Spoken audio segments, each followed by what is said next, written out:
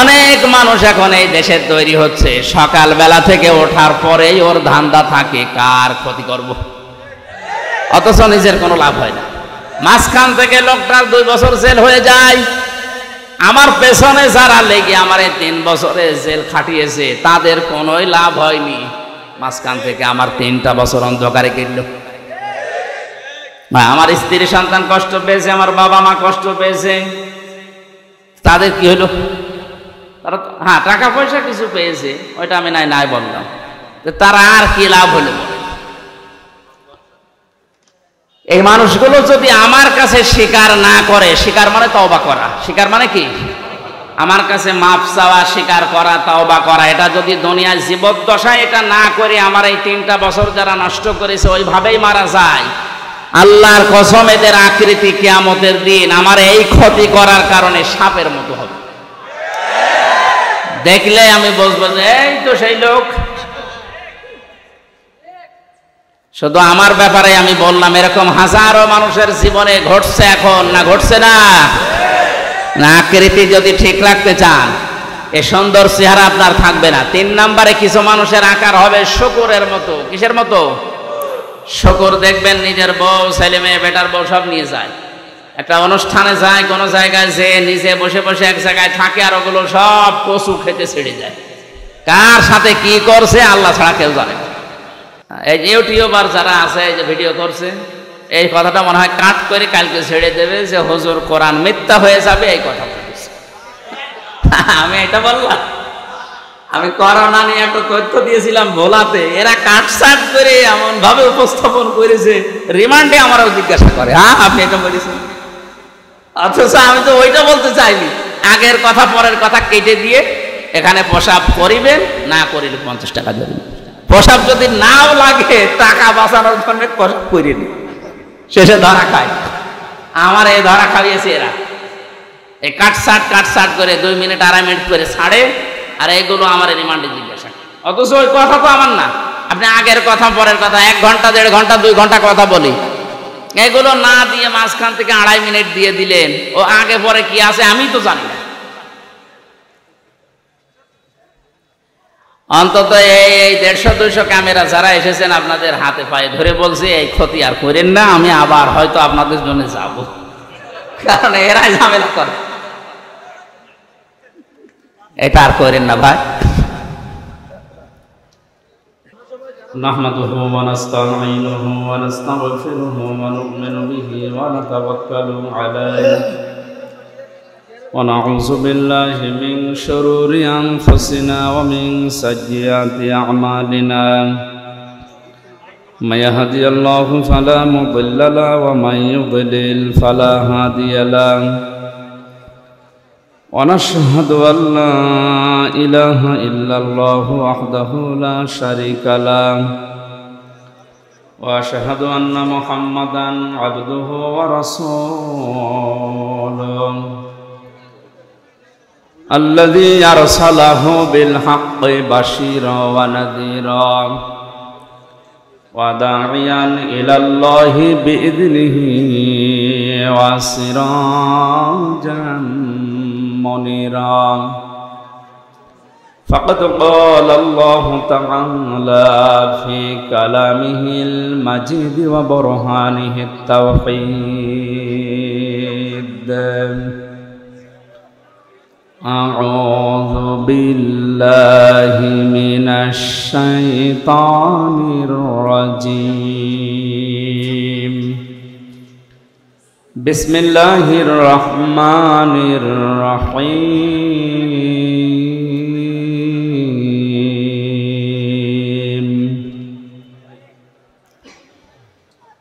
تبارك الذي بيده الملك وهو على كل شيء قدير.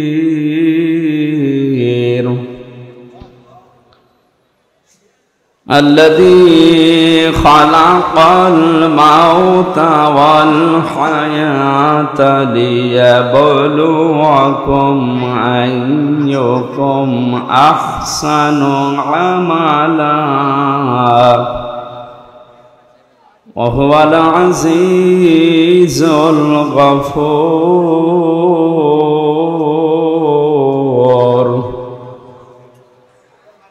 صدقت يا ربنا.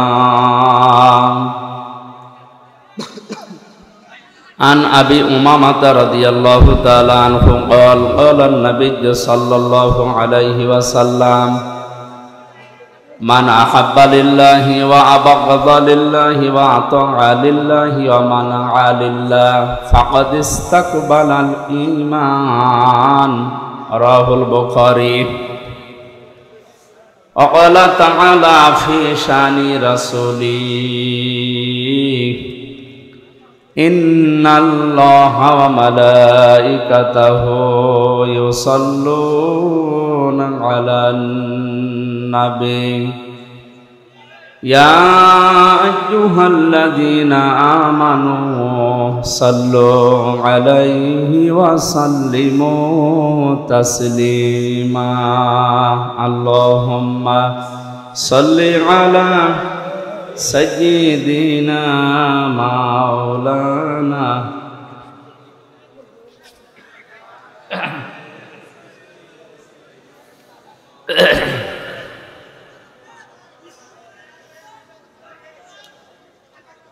আমি যদি কখনো তায়েফে যাই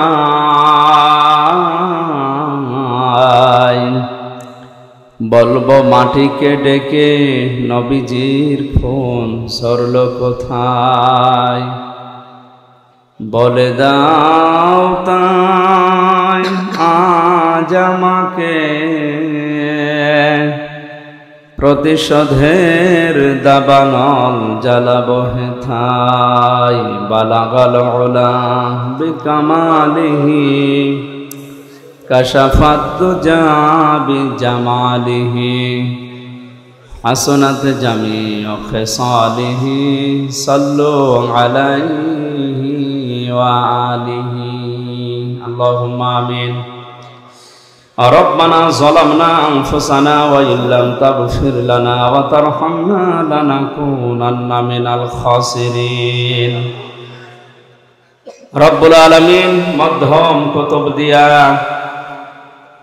যুব ব্যবসায়ী ভাইদের উদ্যোগে তাফসীরুল কোরআন মাহফিলে গনার বোঝা মাথায় নিয়ে হাজারো বান্দা বান্দি আমরা এই গভীর রজনীতে হাত তুলেছি। আজকের আশা বসা কোরআনের এই ময়দানের জন্য তুমি কবুল করে নাও। সওয়াব যদি দিয়েই থাকো কোটি কোটি গুণে বাড়িয়ে বিশ্ব নবী মুহাম্মদ রাসূলুল্লাহর রওজায় পৌঁছিয়ে দাও। ইয়া রব করম তো আগার করে ও বাদ জুবা কো जो दिल पर असर करे। रब्बना तक़ब्बल मिन्ना इन्नका अंतस समीउल अलीम وتب علينا إنك أنت التواب الرحيم। سبحان ربك رب العزة عما يصفون وسلام على المرسلين والحمد لله رب العالمين। সম্মানিত সভাপতি, কক্সবাজার পৌরসভা ১ নম্বর ওয়ার্ড আওয়ামী লীগের সম্মানিত সভাপতি জনাব আতিকুল্লাহ কোম্পানি, মাহফিলের প্রধান অতিথি,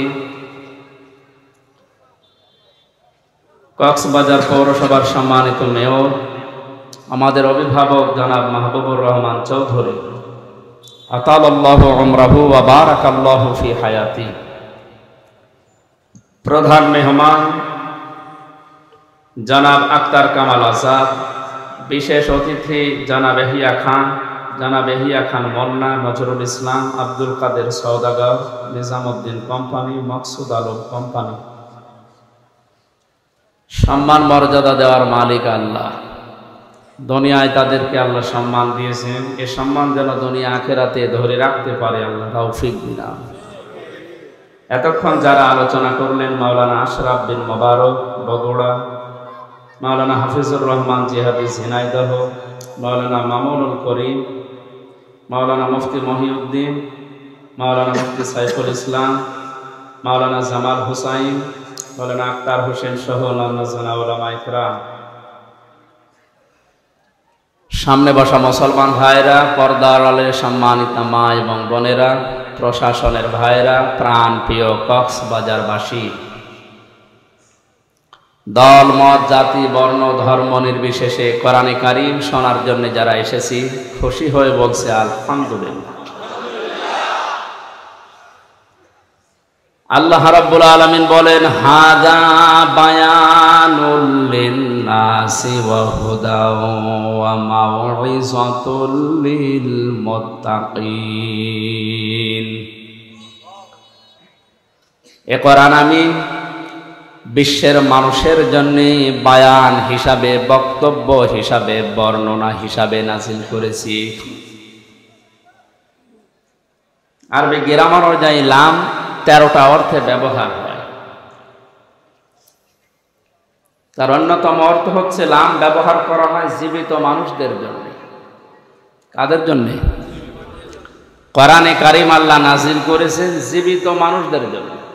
তাহলে এর বক্তব্য, বর্ণনা যা কিছু আছে, যতদিন জীবন আছে আপনার ততদিন লাগবে। বিশেষ করে বাংলাদেশ, ভারত, পাকিস্তান এই 3টা দেশের মানুষ পাল্টিয়ে ফেলেছে এই কথাটাকে। আমরা অনেকে এই কোরআন পড়ি, তো মানুষ মারা গেলে, মানুষ মরে গেলে কোরআন পড়ার দরকার নেই। মরে গেলে কোরআন পড়া না পড়া ওর জন্য সমান, যদি ওর কোরআনের ওপরে দুনিয়ায় আমল না থাকে। এই জন্য পড়া লাগবে, তার সামনে বোঝানো লাগবে, বক্তব্য বিবৃতি দেওয়া লাগবে, ওই পর্যন্ত যতক্ষণ ওর জীবন আছে। কি আছে? এর তথ্য কোন শব্দের দ্বারা পেলাম? লামের দ্বারা। কিসের দ্বারা? এই জন্য এখন থেকে এই সিদ্ধান্ত আমাদের নেওয়া লাগবে যে আমরা কোরআন পড়বো, বোঝাবো, এর বক্তব্য বিবৃতি দেব। কাদের সামনে? জীবিত মানুষ না মৃত মানুষ? হে নবী, কোরআনকে আমি বর্ণনা, বক্তব্য, উপদেশ হিসাবে জীবিত মানুষদের জন্য দিয়েছি।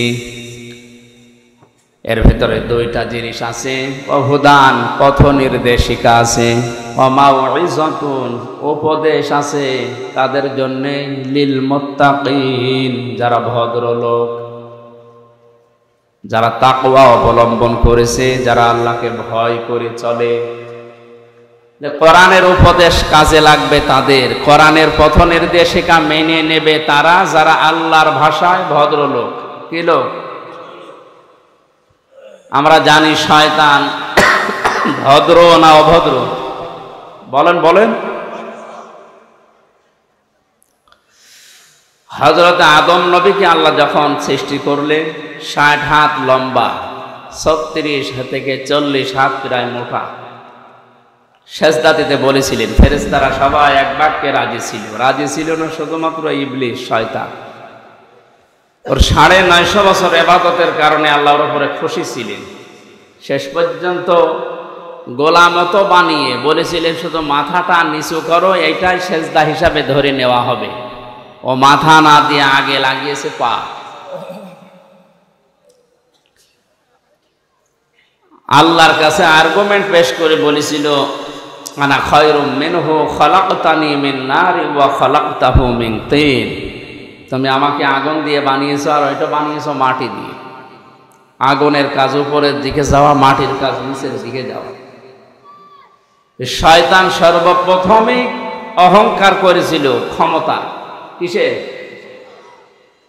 কথা বুঝতেছে? ও সর্বপ্রথমই আল্লাহর এই যে বিধানটা, এই আইনটা, আল্লাহর এই বক্তব্য শোনার পরেই বিদ্রোহ করেছিল ক্ষমতা দিয়ে,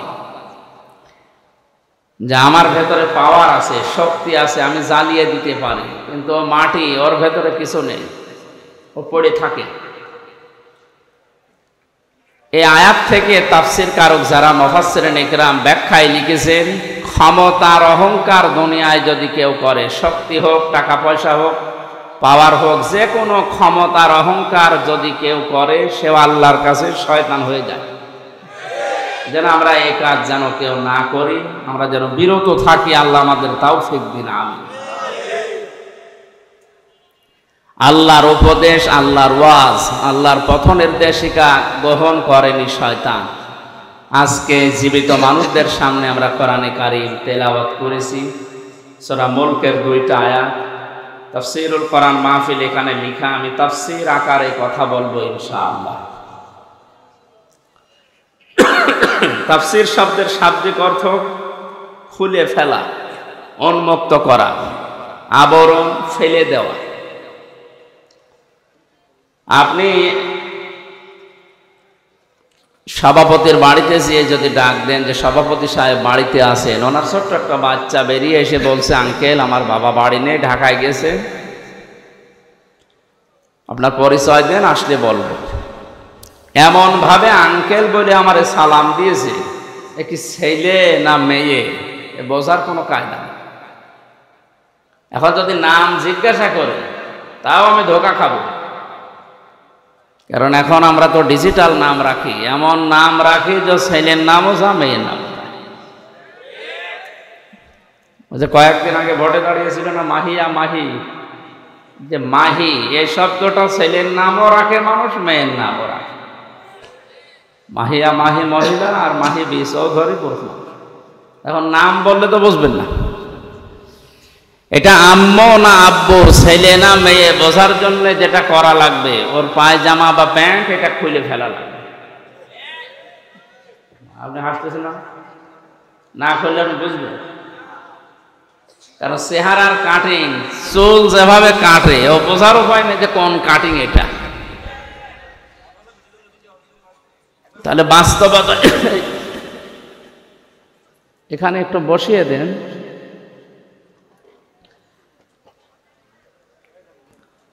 তাহলে এর যে আবরণ দেওয়া আছে পায়জামা প্যান্ট লুঙ্গি যাই বলেন, এটা যদি খুলে ফেলেন এবার আপনি টের পাবেন যে এটা ছেলে না মেয়ে, আম্মু না আব্বু। কথা বলেন ঠিক কিনা?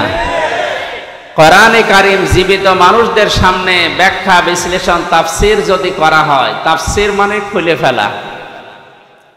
আমাদের ভেতরে শিরিক, বেদাত, কুফরি, জুলুমের রোগ দিয়ে, জুলুমের আবরণ দিয়ে যারা নিজেদের পরিবার, সমাজ, রাষ্ট্রকে ঢেকে রাখেন, কোরআনের তাফসীর করলে আবরণগুলো খুলে যায়। দেশের মানুষ দেখতে পায় এটা হচ্ছে শিরিককারী, এটা জুলুমকারী, এটা কুফরি, এটা বেদাতকারী। এই জন্যে ইসালে সওয়াব সহ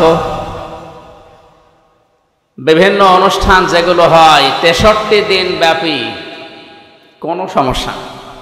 খালি ঝামেলা হয় তাফসীরুল কোরআন মাহফিল লিখলে, কারণ জানে যে তাফসীর মাহফিল করলে আমি যে শিরিকের, যে জুলুমের, যে কুফরের আবরণ দিয়ে ঢেকে অন্তত চলাফেরা করছে এ খুলে যাবে।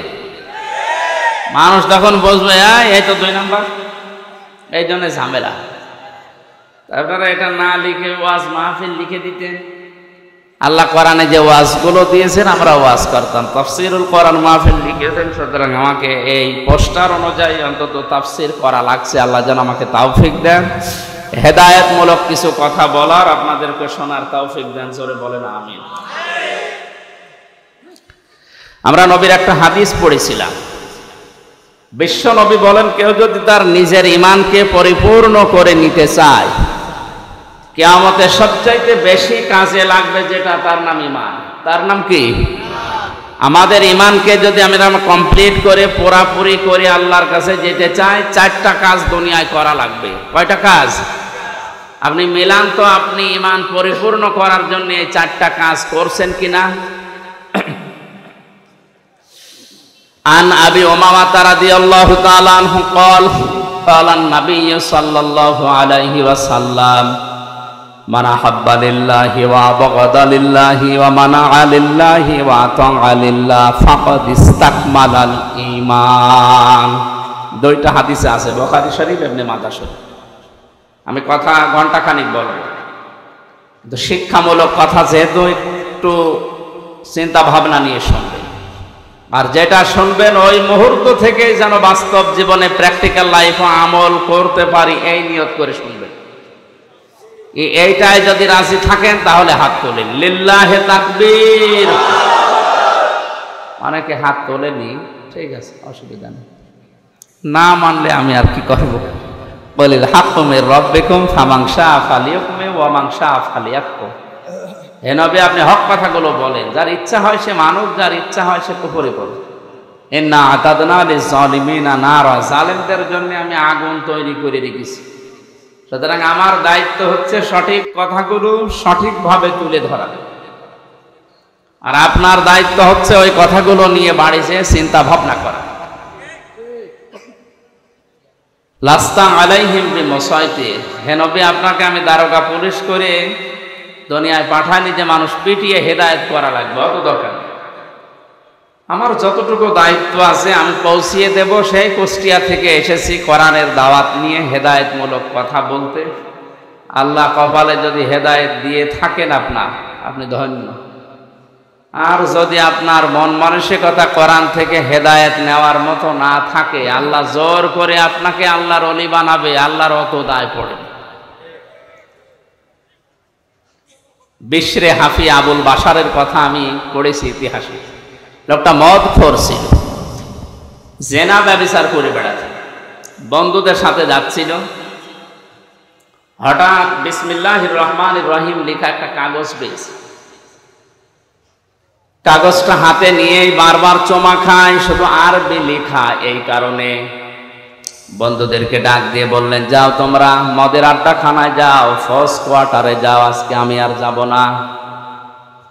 দৌড় দিয়ে বাড়িতে গিয়ে মাকে ডাক দিয়ে বলে, মা দেখেন তো এই কাগজের ভেতরে কার নাম লেখা, আমি তো পড়তে পারি না, মনে হচ্ছে আরবিতে লেখা। মা কোরআনে কারিম পড়তে পারত, কাগজ হাতে নিয়ে দেখে লেখা বিসমিল্লাহির রহমানির রহিম। 19টা অক্ষর আছে আয়াতের ভেতরে। কোন মানুষ যদি সওয়াবের নিয়তে একবার বিসমিল্লাহ পড়ে 190টা নাকি আল্লাহ সঙ্গে সঙ্গে লিখে দেন। আমাদের সম্পর্ক বিসমিল্লাহর সাথে। কিসের সাথে? বিসমিল্লাহর বাইরে যদি কারো সম্পর্ক থাকে, আপনি তার সাথে সম্পর্ক রাখলে মরবে। বাশারের মা চোখের পানি ফেলে দিয়ে ডাক দিয়ে বলে, রব্বুল আলামিন, তুমি কি আমার বাশারকে কবুল করেছো নাকি? বলে, কোথায় পেলে কাগজ? পথের মাঝে চলতে গিয়ে পেয়েছি। কি লেখা আছে? বাশারের মা বলে, বাবা এর ভেতরে তোমার ওই প্রভুর নাম লেখা আছে যিনি তোমাকে বানিয়েছেন। আল্লাহর 3টা নাম লেখা। বাশার ডাক দিয়ে বলে, মা আমার আল্লাহর নাম, আমার সৃষ্টিকর্তার নাম এখানে লেখা, কোথায় রাখলে সম্মান বাড়বে বলেন তো? মদ খেতে যাওয়া, জেনা করতে যাওয়া যে টাকাগুলো আজকে আমি আর খরচ করিনি, এই টাকা আজকে আমি আর মদ খেতে যাব না। বাজারে গিয়ে মখমলের কাপড় কিনেছে, আল্লাহর এই 3টি নাম করে সুন্দর করে বেঁধেছে, মাথার উপরে রেখে সারাদিন তাকে রেখে সারা রাত পাহারা দিচ্ছে, আল্লাহর নাম কেউ যেন ক্ষতি করতে না পারে। হঠাৎ তার ঘুম এসে গেছে। ঘুমের ভেতরে কে যেন ডাক দিয়ে বলছে, বাশার, পথের মাঝখান থেকে তুলে এনে আমার নামকে যেভাবে সম্মান দিলে, আমিও তোমার নামকে আজকে সাধারণ মানুষের ভেতরে আর না, আমার বিশেষ বিশেষ বান্দাদের সাথে আমার কোরআনে কারিমের আয়াতকে সম্মান দেওয়ার কারণে তোমার নামটা আমার বিশেষ বান্দাদের সাথে লিখে দিলাম। শুধুমাত্র বিসমিল্লাহ শরীফকে সম্মান দেওয়ার কারণে মহান আল্লাহ তার এই মনের দিকে তাকিয়ে কোরআনে কারিমের মাধ্যমে তার হেদায়েত দিয়ে এমন জায়গায় পৌঁছিয়েছিলেন, বাশার বিশরে হাফি তিনি মস্ত বড় আল্লাহর ওলি পর্যন্ত হয়েছিলেন। আজ এই ময়দানে যারা কোরআনে কারিম আমরা শুনতে এসেছি, আপনার যদি মন তৈরি না হয় যে আমি ভালো হব, কোরআন থেকে হেদায়েত নেব, আর আল্লাহ জোর করে আপনাকে হেদায়েত দেবে, আমার আল্লাহর অত দায় পড়ে নাই। এখানে গুরুত্বপূর্ণ আর একটা কথা কয়েক মিনিটে বলি। মানিত্তাবাআল হুদা বিগাইরিল কোরআন, আদাল্লাহুল্লাহ। এই ভালো করে শুনে, আল্লাহর নবী বলেন, এটা মুসলিম শরীফের হাদিস, কোন মানুষ যদি কোরআন বাদ দিয়ে পৃথিবীর কোন জায়গায় হেদায়েত পাওয়ার জন্য, ভালো হওয়ার জন্য যায়, আল্লাহ নিজে দায়িত্ব নিয়ে তাকে গোমরা বানিয়ে দেয়। আলেম নেই এখানে? আল্লাহ নবী দল্লা শব্দ দিতে পারতেন, আদাল্লাহ দিয়েছেন। দল্লা শব্দের শাব্দিক অর্থ হচ্ছে নিজেই নিজেকে পথ ভ্রান্ত করা, নিজেই পথ হারিয়ে ফেলা। আর আদাল্লাহ শব্দের বাবে ফাল থেকে আসার কারণে বাংলা অর্থ দাঁড়াবে আপনি নিজে হয়তো ভালো হওয়ার নিয়তে গিয়েছিলেন, কিন্তু কোরআনে কারিম, কোরআনের কর্মসূচি, কোরআনের নিয়ম নীতি সেখানে ছিল না। এই জন্য আল্লাহ নিজে দায়িত্ব নিয়ে আপনাকে আল্লাহ নিজে আরো খারাপ বানিয়ে দেবে।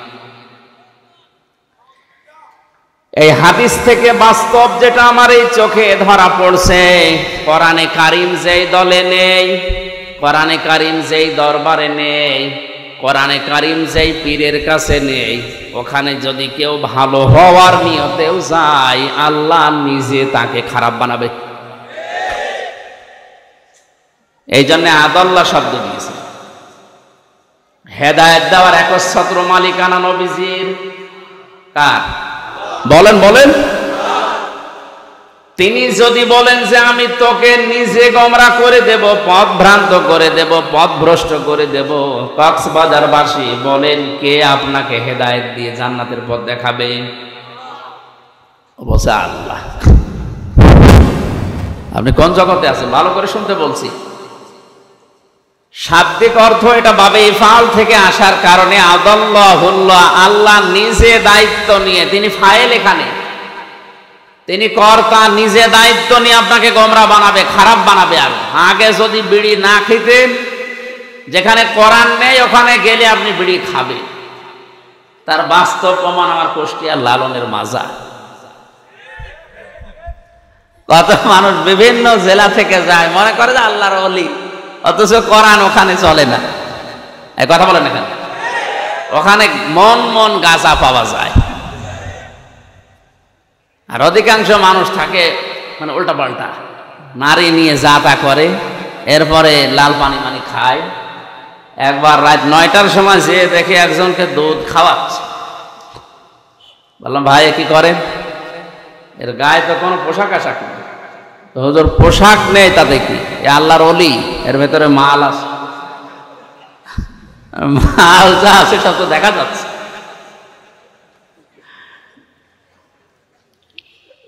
এর ভেতরে যদি কোনো মাল থাকে, এ মাল তো সবার আছে, এ মাল সবার নেই, তো ও মাল দেখার দরকার। নতুন কোনো মাল যদি থাকে ওইটা দেখা। দেখেন এখানে কোরআনের নিয়ম নীতি থাকলে একটা মানুষ, যেখানে হাঁটুর উপরে কাপড় তোলা একজন পুরুষের জন্য নিষিদ্ধ, হারাম, আর উলঙ্গ হয়ে প্রায় বসে আছে, আর ওরে দুধ খাওয়ায় আর মনে করে আল্লাহর ওলি, এখানে কোরআন আছে? বলেন বলেন। অথচ মানুষ যারা যায় ভালো হওয়ার নিয়েতে অনেকে যায়, যে আল্লাহর ওলির দরবারে যাচ্ছে, যাওয়ার পরে দেখা যায় আরো খারাপ হয়। আগে যদি বিড়ি না খেত এখন বিড়ি খায়, আগে গাঁজা খেত না এখন গাঁজা খায়। এই জন্য আজকের এই ময়দান থেকে সিদ্ধান্ত নেওয়া লাগবে, কোরআন যেখানে নেই ওই দল যদি আমার বাবাও প্রতিষ্ঠা করে আমি ওখানে যাব না। যেই দরবারে কোরআন চলে না ও দরবার যদি আমার বাবার দরবার হয় তারপরও আমি যাব না। যদি যাই আমাকে খারাপ বানিয়ে দেবে কে? এ দোষ কার? কারণ কোরআন নেই, তুই ওখানে গেলি কেন? শ্বশুরকে বাবা বলা জায়েজ আছে না নেই? আন্দাজে বলেন কেন? শ্বশুরকে বাবা বলতে সমস্যা কি? আজকেও তো শ্বশুর কল দিয়েছিল মাগরিবের পর, আমি বললাম আব্বা কেমন আছে? জায়েজ না থাকলে আমি বলতাম, কত আপনি আন্দাজে দিতেছেন না। তো শ্বশুরকে বাবা বলা জায়েজ আছে, কিন্তু নিজের বাবার সামনে যদি বারবার শ্বশুরকে বলেন আব্বা জান আব্বা জান, আর এইটা কে আমি চিনি না, আপনার বাবার রাগ হওয়ার সম্ভাবনা হবে না? কোরআন পাঠিয়েছে আল্লাহ হেদায়েত দেওয়ার জন্য। হাযা বায়ানুল লিন-নাস হুদা ওয়া মাউইযাতুল লিল মুত্তাকিন যালিকাল কিতাবু লা রাইবা ফীহি হুদাল লিল মুত্তাকিন। এরকম বহু আয়াত কোরআনে আল্লাহ দিয়েছেন যে এটা হেদায়েতের কিতাব। মানিত্তাবাআল হুদা ফামান তাবিআ হুদায়া ফালা খাউফুন আলাইহিম ওয়ালা হুম ইয়াহজানুন। এরকম প্রায় 26টা আয়াত আছে কোরআনে কারীম, প্রমাণ করে যে আমি হেদায়েত দেওয়ার জন্য দুনিয়ায় এসেছি। সুতরাং নিজের বাবার সামনে শ্বশুরকে বাবা বলা জায়েজ আছে, তারপরও যদি বারবার বলেন বাবার মনে যেমন দুঃখ লাগার সম্ভাবনা আছে। কোরআন আল্লাহ পাঠালো হেদায়েত দেওয়ার জন্য। এইটা বাদ দিয়ে আপনি যার কাছে যাবেন আল্লাহর তখন আপনার বাবার মতো রাগ হবে, দেখি তোর ওই পীর কেমন করে হেদায়েত। এই জন্য অধিকাংশ দরবারে গেলে মানুষ আজ হেদায়েত পাওয়ার পরিবর্তে গোমরাহ হয়ে যাচ্ছে। চট্টগ্রামের মরহুম আব্দুল জব্বারের দরবারে গেলে সন্তামণি কোরআন তুলে দিত যে কোরআন পড়ো, আল্লাহকে পেয়ে যাবে। ফরফরা শরীফের যারা পুরাতন পীর ছিল সেখানে গেলে মানুষ আগে বলতো যে কোরআন শরীফ তুলে দিলাম আল্লাহকে পেয়ে যাবেন, যান। এখন অধিকাংশ দরবারে আর কোরআন তুলে দেয় না, দেয় কি বিভিন্ন নামের জিকির দেয়। আল্লাহর নামে জিকির দিলেও তার সঠিকটা দিলে হয়, সুবহানাল্লাহ, আলহামদুলিল্লাহ, লা ইলাহা ইল্লাল্লাহ, আল্লাহু আকবার, এগুলো দেয় না। এমন জিকির দেয় ও কোরআনেও নেই হাদিসেও সব বানিয়েছে। এই হো হো বলে জিকির আছে, সব চিটারি। এই দরবার টিকিয়ে রাখার জন্য নতুন নতুন করে একটা জিকির আবিষ্কার করে। এই ব্রাহ্মণবাড়িয়ার এই লাইনে কিছু মানুষ আছে, এবার আর একটা জিকির আরম্ভ করেছে, এর নাম নাই, নিতে পারলাম না, কি জিকির শুরু করেছে দেখেন। সূরা আরাফের 181 নাম্বার আয়াতটা বলছি বাড়িছে, যারা এই সমস্ত জায়গায় যান একটু মিলানি আয়াত। ওয়ালিল্লাহিল আসমাউল হুসনা ফাদউহু বিহা ওয়া দারুল লাযিনা ইলহিদুনা ফি আসমাই সাইয়ুজজাউনা মা কানু ইয়ামালুন। জোরে বলেন আল্লাহু আকবার। আল্লাহ পাক বলেন আমার অনেক সুন্দর সুন্দর নাম আছে, যে নামে পারো আমি আল্লাহকে ডাকো। আপনি ইয়া রহমান বলে ডাক দেন, অসুবিধা নেই। ইয়া খালেক বলে ডাক দেন, অসুবিধা নেই। কিন্তু সাবধান, আমি আল্লাহর নামকে উলট পালট করে এলহাদ করে আমার নামকে পরিবর্ধন করে কাটছাট করে তোমরা ডেকো না। কে বলছেন বলে তো? আল্লাহর এই ওয়াজ শোনার পরেও যদি কেউ হো হো ইয়ালি বাবা, শালি বাবা, বিভিন্ন বাবার নামে জিকির করে, ও হেদায়েত পাওয়ার পরিবর্তে আল্লাহ ওরে নিজে আরো গোমরা করে।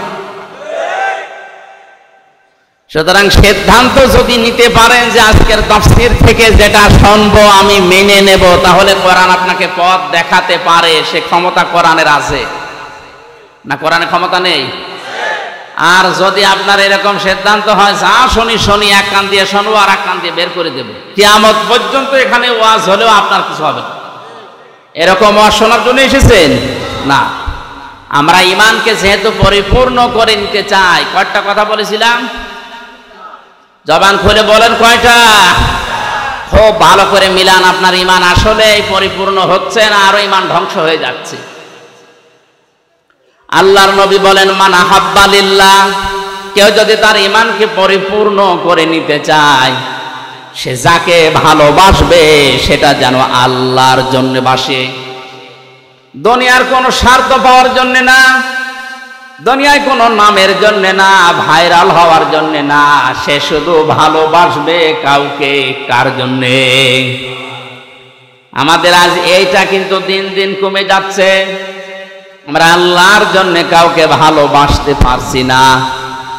ওয়াবাগাদা লিল্লাহ, কাউকে যদি কেউ ঘৃণা করে, কাউকে যদি কেউ ছেড়ে দিতে চায়, সে যেন অবশ্যই আল্লাহর জন্য ছেড়ে দেয়।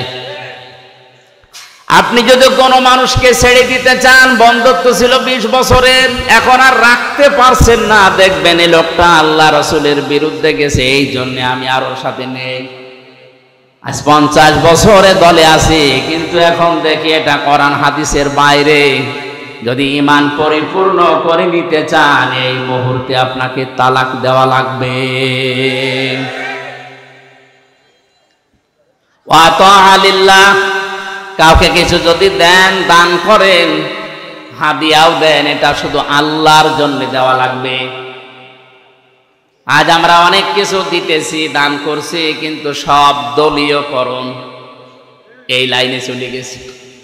আমি যে ঈমান পরিপূর্ণ করে নেওয়ার জন্য আল্লাহর জন্য দেব, এই মন মানসিকতা আমাদের নষ্ট হয়ে যাচ্ছে। অমানা আলিল্লাহ, আপনি যদি নিষেধ করেন কাউকে দিতে, কাউকে দেবেন না, এইটাও হওয়া লাগবে শুধুমাত্র আল্লাহর জন্যে। নবীজি বলেন কথাগুলো যদিও ছোট ছোট, এই চারটা কথা যাদের মগজ আছে মাথায়, তামাম দুনিয়া দেখবেন এর ভেতরে লুকিয়ে আছে। আমার তো মনে হয় এই চারটা কথায় নবীজি যা জানাতে চেয়েছেন, আমার যতদিন হায়াত আল্লাহ দিয়েছেন, আমি এই চারটা পয়েন্টের উপরে যদি কথা বলি আমার জীবনই শেষ হয়ে যাবে। সব এর ভেতরে আছে। আপনি কাউকে ভালোবাসবেন আল্লাহর জন্যে, কাউকে ঘৃণা করবেন আল্লাহর জন্যে, কাউকে দান করবেন আল্লাহর জন্যে, দান করা থেকে বিরত থাকবেন আল্লাহর জন্যে, তাহলে দুনিয়ার থাকে কি? এই চারটা গুণ যদি কেউ অর্জন করে, নবীজি বলেন ফাকাদ ইস্তাকমালাল ঈমান। এই আরবি গ্রামার যারা জানে, ফা ব্যবহার হয় 19টা অর্থে। কয়টা? এর 13 নাম্বার কায়দাতে আছে, বালাগাত মান থেকে দেখবেন। এই ফা ব্যবহার করার নিয়ম হচ্ছে, আগের যে বর্ণনা নবীজি করছিলেন বা আপনি করছিলেন, এই কথাগুলো যদি কেউ মেনে নেয়, তাহলে পরের কথায় ফা দিয়ে গ্যারান্টি দেওয়া হচ্ছে। এরপরে আবার কদ আছে, কদ মানে নিশ্চয়, অবশ্যই। নবীজি বলেন ফাকাদ ইস্তাকমালাল ঈমান। এই চারটি গুণ যদি কেউ দুনিয়ায় অর্জন করে, ও যেন ওর ঈমানকে পরিপূর্ণ করে নিল। জোরে বলেন আল্লাহু আকবার। আমি সহ যারা শুনলাম, এখন থেকে এই হাদিসটার উপরে যেন আমল করতে পারি। নবীজি আল্লাহ তাওফিক দিন। জোরে বলেন আমিন। সূরা মুলক থেকে 2টা আয়াত পড়েছি, জবান খুলে তাফসীর শোনার নিয়তে। শয়তান যদি আশপাশে থাকে যেন চলে যায়। বলে আউযু বিল্লাহি মিনাশ শাইতানির রাজিম। বিসমিল্লাহির রহমানির রহিম। তাবারাকাল্লাযী বিয়াদিহিল মুলক ওয়া হুয়া আলা কুল্লি শাইইন কাদির। আল্লাযী খালাকাল মাউতা ওয়াল হায়াতা লিয়াবলুয়াকুম আইয়ুকুম আহসানু আমালা ওয়া হুয়াল আজিজুল গফুর।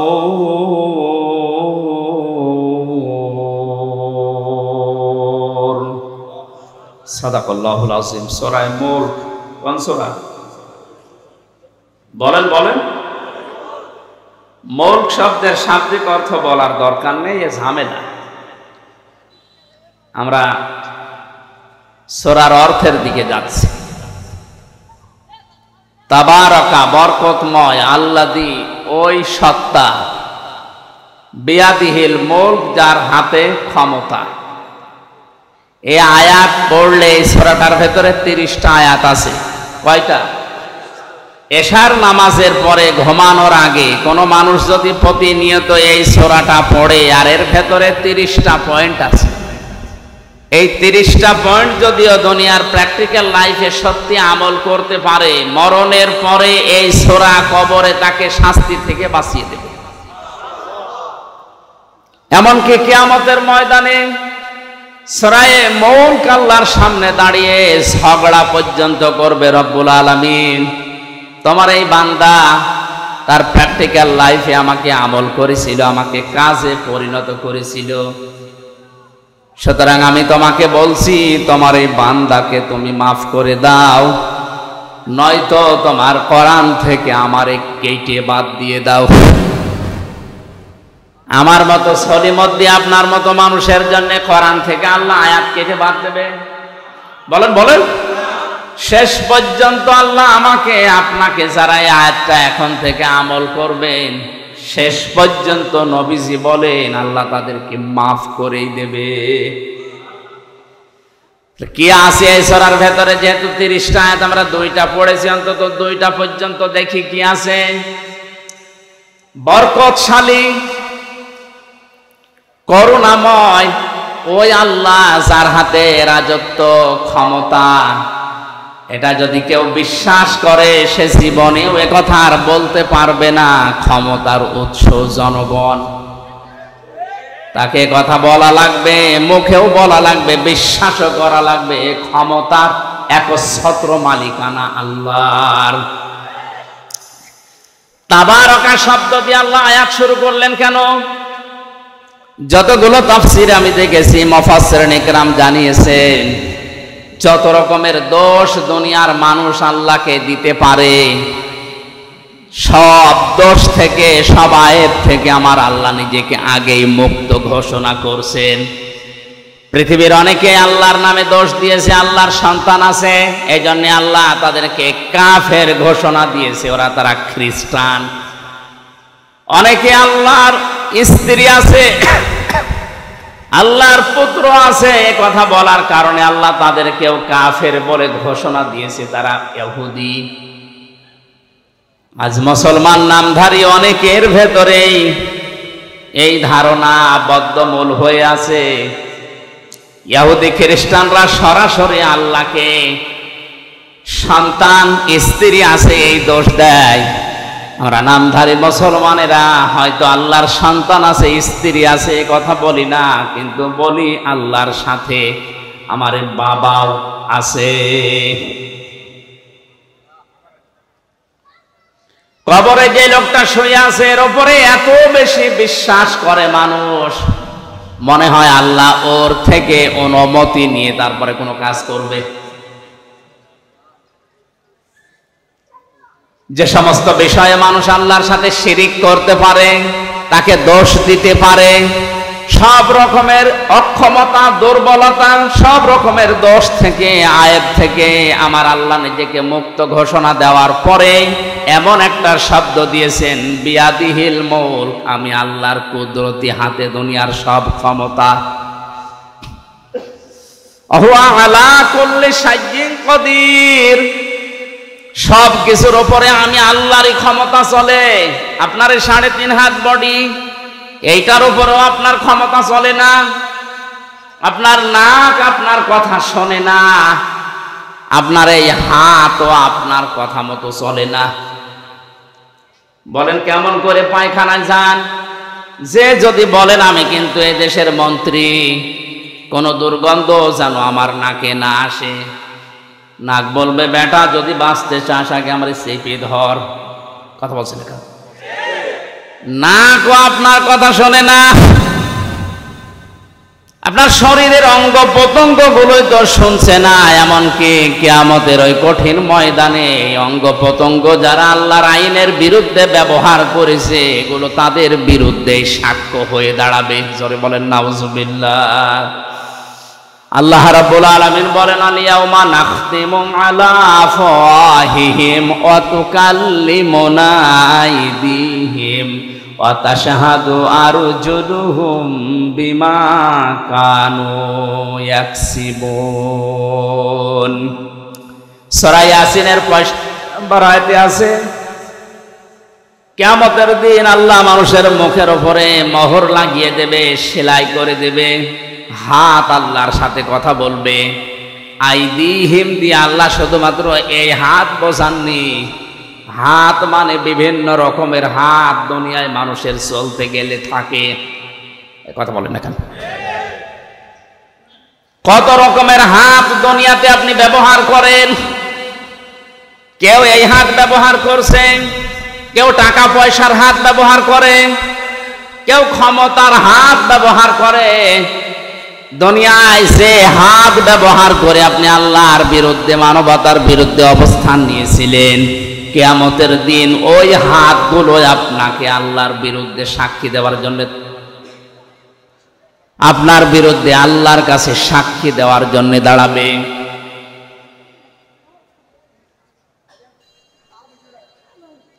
কক্সবাজারবাসী, এজন্য আমাদের এখান থেকে থেমে যাওয়া লাগবে। আমার হাত দিয়ে, সে সম্পদের হাত, ক্ষমতার হাত, এই হাত কোনো হাত দিয়ে যেন আল্লাহ রসুল এবং মানবতার বিরুদ্ধে কোনো কাজ না হয়।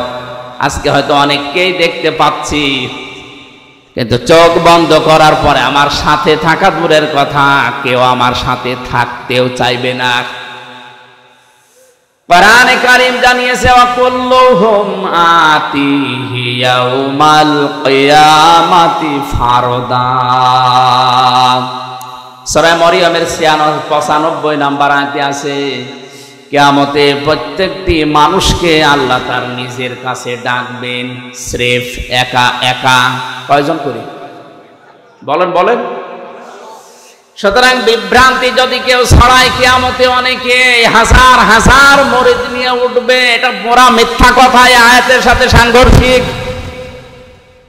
কোন মানুষ যদি বলে কিয়ামতে আমার অমক বাবা লক্ষ কোটি মুরিদ নিয়ে আসবে স্লোগান দিতে দিতে, এটা মিথ্যা কথা।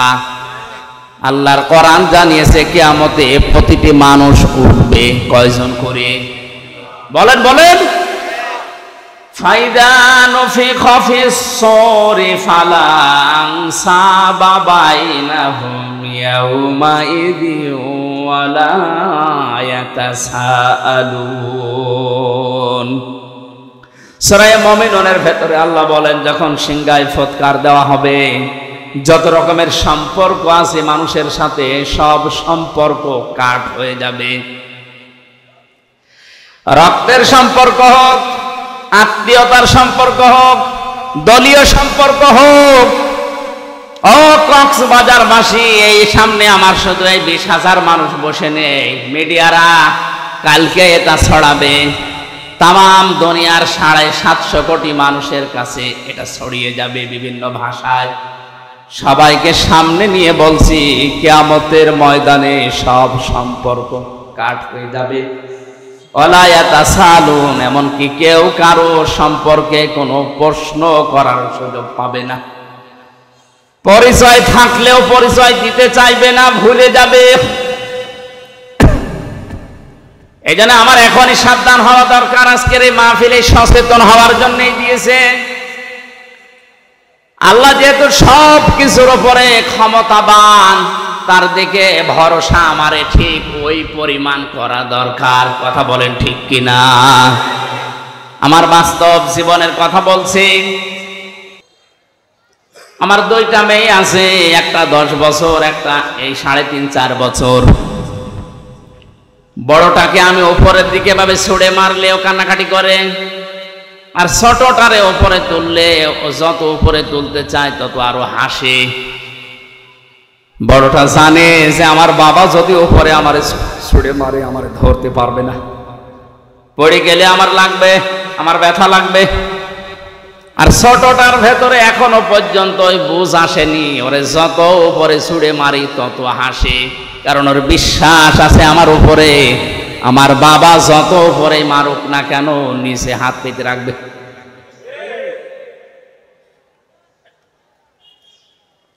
এই যে আলা করলে সাজ্জিন কাদির, সব কিছুর উপরে আল্লাহর ক্ষমতা চলে, আল্লাহর উপরে তাহলে কিভাবে ভরসা করা দরকার। আমার মেয়ে ফারিহা জান্নাতের মতো ভরসা আমার উপরে যেভাবে করে, ওই ভরসা এখন আমাদের আল্লাহর উপরে নেই। আল্লাহ রাব্বুল আলামিন এতক্ষণ তার ক্ষমতার কথা, ভরসার কথা, দোষ ত্রুটির মুক্তির কথা বলছিলেন। এই যে বিয়াদিহিল মুলকের ভেতরে লক্ষ লক্ষ কথা তাফসিরে আছে, হঠাৎ করে আল্লাহ আলোচনার ধরন পাল্টিয়ে ফেললেন। তার ক্ষমতার কথা, নির্দোষের কথা, পত পবিত্রর কথা, এগুলো বলতে বলতে আল্লাহ সব পাল্টিয়ে আলোচনার ধরন পাল্টিয়ে দিয়ে বললেন, এবার মানুষের জীবন এবং মৃত্যু সংক্রান্ত ভয়ঙ্কর 2টা তথ্য আল্লাহ দিয়েছেন। জবান খুলে বলেন, আল্লাযী খালাকাল মাউতা ওয়াল হায়াতা লিয়াবলুয়াকুম আইয়ুকুম আহসানু আমালা ওয়াহুয়াল আজিজুল গফুর। আজকে নতুন একটা তথ্য এই আয়াত থেকে আপনাদেরকে শোনাবো শেষের দিকে, একটু তাফসীর শেষ হোক। আল্লাহ রাব্বুল আলামিন হঠাৎ আলোচনার ধরন পাল্টিয়ে এবার বলতে আরম্ভ করছেন, আল্লাযী খালাকাল মাউতা, তিনি কিন্তু ওই আল্লাহ যিনি দোষত্রুটি থেকে মুক্ত, যার হাতে ক্ষমতা, যার সব ক্ষমতার মালিক যিনি, তিনি তোমাদের মউত আর হায়াত সৃষ্টি করেছেন। আমাদের মউত আর হায়াত বানিয়েছেন কে? আয়াতের সর্বপ্রথম শব্দ কিন্তু আল মাউতা, মাউত দিয়ে। দ্বিতীয় নম্বরের শব্দ আল হায়াতা, আল্লাহ আগে হায়াত না বানিয়ে মউত আগে বানিয়ে। মুফাসসিরিন ইকরাম লিখেছেন, দুনিয়ার মানুষ একথা মনে প্রাণে 100% বিশ্বাস করো যে তুমি আর যাই করো না কেন মরা লাগবে। পৃথিবীতে বহু নাস্তিকের জীবনী আমি পড়েছি, সালমান রুশদি সহ ডক্টর আহমেদ শরীফ, কত নাস্তিক যারা আল্লাহকে পর্যন্ত বিশ্বাস করেনি, কিন্তু এই কথা তারা বিশ্বাস করে বলতে বাধ্য হয়েছে যে মরা লাগবে। কি করা লাগবে? 6665টা আয়াত পর্যন্ত অনেকে অস্বীকার করেছে, এখনো করছে, ভবিষ্যতেও করতে পারে। একটা মাত্র আয়াত কেউ অস্বীকার করেনি, করতেও পারবে না কিয়ামত পর্যন্ত। কুল্লু নাফসিন যায়িকাতুল মাউত সুম্মা ইলাইনা তুরজাউন। আল্লাহ পাক বলেন, অবশ্যই সবাইকে মরা লাগবে, ফিরে আসা লাগবে আমি আল্লাহর কাছে। কার কাছে? মাউতা শব্দ আল্লাহ দিয়েছেন। তাফসিরে আমি মাউতের ধরন পেয়েছি, মানুষের মরণের যন্ত্রণা পেয়েছি প্রায় 10 রকম। মরণের পরে অধিকাংশ মানুষের এই আকৃতি আর থাকবে না। কোরআন জানিয়েছে, ইউরাফুল মুজরিমুনা বিসিমাহুম ফায়ুখাযু বিন নাওয়াসি ওয়াল আকদাম। জবান খুলে কোরআনের আয়াত বলেন, ফাবিআইয়ি আলা'i রাব্বিকুমা তুকাদ্দিবান। কিয়ামতের ময়দানে পাপিষ্ঠদেরকে আমি আল্লাহ জিজ্ঞাসা করব না, ও হামজা এই কাজ করেছিলে না? দুনিয়ার মানুষ আমরা দেখি আদালতে, এই 3টা বছর আমি জেলখানায় ছিলাম, যতবার আদালতে গেছি সাক্ষী নেয়, এমনকি আমাকেও বিচারক জিজ্ঞাসা করে আপনার নামে এই অভিযোগ আপনি করেছেন কিনা।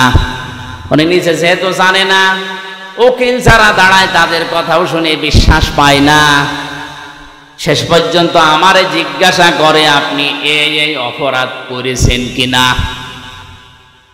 আল্লাহ পাক বলেন, মানুষের এই বিচার ব্যবস্থার আমি আল্লাহর বিচার সম্পূর্ণ আলাদা। যেহেতু বিচারক ওই জায়গায় ছিল না, ওর অতীত বর্তমান ভবিষ্যৎ কিছু জানা নেই, এই জন্যে জিজ্ঞাসা করে না এটা করেছেন কিনা। আমি আল্লাহর সব জানা আছে, এই জন্য কাউকে তার পাপের কথা আমি জিজ্ঞাসা করব না, ওর শরীরের ভেতরে ওই চিহ্ন ফুটিয়ে তুলব। তাফসীরে 10 প্রকার মানুষের নাম আমি পেয়েছি। অনেক মানুষ মরণের পরেই তার চেহারা পাল্টিয়ে কুকুরের মতো হয়ে যাবে। আপনি যত সুন্দর করে কাফন দাফন দিয়ে উপরে ফুলের পাহাড় লাগিয়ে দেন, ভেতরে আল্লাহ তার আকৃতি কুকুর বানিয়ে দিয়েছে। কুকুরের চেহারা হবে কাদের? তাফসীরে আছে, মুফাসসিরিন ইকরাম জানিয়েছেন, দুনিয়ায় কুকুরের স্বভাব কি? একটা কুকুরকে আপনি খাবার দেবেন, যা দিয়েছেন, ও যদি মরণ পর্যন্ত খায় তাও শেষ হবে না। পাশেরটা যদি কিছু দেন হামলা দেবে। এই কথা বলছেন এখানে। কুকুরের এই চরিত্র, এই স্বভাব আজ বাংলাদেশে অনেকের ভেতরে আছে। নিজের যা সম্পদ আছে, যা উপার্জন করেছে, ও যদি মরণ পর্যন্ত খায় তাও শেষ হবে না, এরপরেও মানুষ এটা হামলা দেয়। এ ধরনের মানুষ দিন দিন কমে যাচ্ছে। হ্যাঁ, এ 15-20 বছরে আরো বেড়েছে। নিজের যা আছে আমার মনে হয় ওর 14 বংশ কোনোদিন শেষ হবে না খেয়ে, এরপরেও পাশেরটায় হামলা দেয়। আল্লাহর কসম, কোরআনে কারিমের সূরা রহমানের এই আয়াত থেকে বলছি, মরণের পরে আপনার আকৃতি থাকবে না। যদি থাকে তাহলে কোরআনের এই আয়াত মিথ্যা হয়ে যাবে। এক কথা বলে না কেন? এখানে সমস্যা আছে। এই যে ইউটিউবার যারা আছে, এই যে ভিডিও করছে, এই কথাটা মনে হয় কাট করে কালকে ছেড়ে দেবে যে হুজুর কোরআন মিথ্যা হয়ে যাবে, এই কথা বলেছে। আমি এটা বললাম? আমি করোনা নিয়ে একটা তথ্য দিয়েছিলাম ভোলাতে, এরা কাটসাট করে এমন ভাবে উপস্থাপন করেছে, রিমান্ডে আমারও জিজ্ঞাসা করে, হ্যাঁ আপনি এটা বলেছেন, অথচ আমি তো ওইটা বলতে চাইনি। আগের কথা পরের কথা কেটে দিয়ে এখানে প্রসাব করিবেন, না করিলে 50 টাকা দেবেন। প্রসাব যদি নাও লাগে, টাকা বাঁচানোর জন্য প্রসাব করিয়ে দিন, শেষে ধরা খায়। আমার এই ধরা খাইয়েছে এরা, এই কাটসাট করে 2 মিনিট 2.5 মিনিট করে ছাড়ে, আর এইগুলো আমার রিমান্ডে জিজ্ঞাসা। অথচ ওই কথা তো আমার না। আপনি আগের কথা পরের কথা 1 ঘন্টা 1.5 ঘন্টা 2 ঘন্টা কথা বলি, এগুলো না দিয়ে মাঝখান থেকে 2.5 মিনিট দিয়ে দিলেন। ও আগে পরে কি আছে আমি তো জানি না। অন্তত এই 150-200 ক্যামেরা যারা এসেছেন, আপনাদের হাতে পায়ে ধরে বলছে এই ক্ষতি আর করেন না, আমি আবার হয়তো আপনাদের জন্য যাব, কারণ এরাই ঝামেলা করে। এটা আর করেন না ভাই। এই জন্য আমাদের আকৃতি যদি মরণের পরে কুকুরের মতো করতে না চাই, তাহলে মানুষের সম্পদে হামলা দেওয়া, অবৈধভাবে খাওয়া, এটা এই মুহূর্ত থেকেই বন্ধ করা লাগবে। কিছু মানুষের আকৃতি হবে সাপের মতো, সর্পের মতো। সাপের কাজ হচ্ছে একটা মানুষকে সবল দেয়, লোকটা মারা যায়, সাপের কোনো লাভ। এই জবাব দেন না কেন? অনেক মানুষ এখন এই দেশে তৈরি হচ্ছে, সকালবেলা থেকে ওঠার পরেই ওর ধান্দা থাকে কার ক্ষতি করব, অথচ নিজের কোনো লাভ হয় না। মাঝখান থেকে লোকটার 2 বছর জেল হয়ে যায়। আমার পেছনে যারা লেগে আমার এই 3 বছরে জেল খাটিয়েছে, তাদের কোনোই লাভ হয়নি। মাঝখান থেকে আমার 3টা বছর অন্ধকারে গেল। আমার স্ত্রী সন্তান কষ্ট পেয়েছে, আমার বাবা মা কষ্ট পেয়েছে, তাদের কি হলো? তারা হ্যাঁ টাকা পয়সা কিছু পেয়েছে, ওইটা আমি নাই বললাম, তারা আর কি লাভ হলো? এই মানুষগুলো যদি আমার কাছে স্বীকার না করে, স্বীকার মানে তওবা করা, স্বীকার মানে কি? আমার কাছে মাফ চাওয়া, স্বীকার করা, তওবা করা, এটা যদি দুনিয়ার জীবদ্দশায় এটা না করে আমার এই 3টা বছর যারা নষ্ট করেছে ওইভাবেই মারা যায়, আল্লাহর কসম এদের আকৃতি কিয়ামতের দিন আমার এই ক্ষতি করার কারণে সাপের মতো হবে। দেখলে আমি বুঝবো যে এই তো সেই লোক। শুধু আমার ব্যাপারে আমি বললাম, এরকম হাজারো মানুষের জীবনে ঘটছে এখন, না ঘটছে না? আকৃতি যদি ঠিক রাখতে চান, এ সুন্দর চেহারা আপনার থাকবে না। 3 নম্বরে কিছু মানুষের আকার হবে শূকরের মতো। কিসের মতো? শূকর দেখবেন নিজের বউ, ছেলে মেয়ে, বেটার বউ সব নিয়ে যায়, একটা অনুষ্ঠানে যায়, কোনো জায়গায় যে নিজে বসে বসে এক জায়গায় থাকে, আর ওগুলো সব কচু খেতে ছেড়ে যায়। কার সাথে কি করছে আল্লাহ ছাড়া কেউ জানে না। কত মানুষের চরিত্র আজ তাকান, নিজের বউ যদি সুন্দর হয় দিশাই পায় না, করবে আরো সুন্দর করে সাজায়, মানুষকে দেখায় যে জিনিস আমার আছে, জিনিস আছে, আপনি নিজে দেখেন, মানুষ দিয়ে দেখানোর দরকার কি? বউ সুন্দরী যার, এগুলো যদি দেখানোর মতো জিনিস হতো, এই যে কোরআন শরীফ আমি হাতে নিয়ে বলছি, আমারটা আমি সত্যি আগে দেখাতাম। আপনার যে আমার বউ একবার কম সুন্দর তা না। রিমান্ডে একটা কথা বলতে নেই, রিমান্ডে আমার বিয়ের একটা ছবি ছিল মোবাইলে, ছবি উল্টাতে উল্টাতে বলছে, হ্যাঁ হুজুর আপনার এই মোবাইলে পূর্ণিমার ছবি। পূর্ণিমা মানে পূর্ণিমা আমি কোথায় পাবো? এই যে এটা আমার বউ। হ্যাঁ হুজুর এত সুন্দর বউ কি করে পাইলো? এই বউ দাঁড়ান তুলে নিয়ে আসবিস না, এটা দেখার জিনিস। মেয়ে লোকের এই চেহারা, এই সৌন্দর্য শুধুমাত্র তার স্বামীর জন্য, তার বাবার জন্যেও না। এক কথা বলেন না কেন? যে বাবা জন্ম দিয়েছে ওই বাবার জন্যও যদি এই সৌন্দর্য উপভোগ করা জায়েজ না থাকে, শুধু স্বামী বাদ দিয়ে, তাহলে দুনিয়া আর কার জন্য জায়েজ হয় আপনি আবার বিবেক দিয়ে বলেন। এরপরেও যদি কেউ নিজের বউকে, নিজের যুবতী মেয়েকে আরো সুন্দর করে সাজিয়ে প্রদর্শন করেন যে জিনিস আমার আছে দেখো, কিয়ামতের দিন আপনার এই আকৃতি থাকবে না, আপনি শুকর হয়ে উঠবেন। জোরে বলেন নাউজুবিল্লাহ। কত মানুষ আল্লাহওয়ালা দেখতে মনে হয়, নামাজ পড়ে, তাহাজ্জুদের নামাজ পর্যন্ত পড়ে, কিন্তু বাড়িতে এই পর্দার ব্যাপারে উদাসীন, কিছু মনেও করে না। আমার জেলাতে একবার ম্যাট্রিক পরীক্ষা দিতে নিয়ে যাবে মেয়েকে, এই 16 বছর 17 বছর বয়স এরকম যুবতী মেয়েকে ম্যাট্রিক পরীক্ষা দেওয়ার জন্য বাবা এই ভ্যানের পেছনে বসে ঘন্টা দিয়ে তসবিহ নিয়ে আল্লাহ আল্লাহ করছে, আর মেয়েকে সামনে বসিয়েছে। আমি মোটরসাইকেল নিয়ে সামনে দিয়ে যাচ্ছিলাম, ডাক দিয়ে বলছে, মুরব্বী এইভাবে আছেন একেবারে সব কিছু ঢেকে? বলছে, বাবাজি দিনকাল ভালো না, কার মেয়ের দিকে নজর দেয় বলা যায় না, এই জন্য আমি আল্লাহ আল্লাহ করছি। সামনে এটাকে আমার মেয়ে পরীক্ষা দিতে যাচ্ছে, তা আপনি সামনে ক্ষেপণাস্ত্র ফিট করে রেখেছি আর পড়ছেন সুবহানাল্লাহ আলহামদুলিল্লাহ আল্লাহ, এ কাজ হবে? আগে ওইটা ঢাকে, আপনার মাথায় পাগড়ি দেওয়ার দরকার নেই, এই পাগড়ি ওই মেয়ের মাথায়।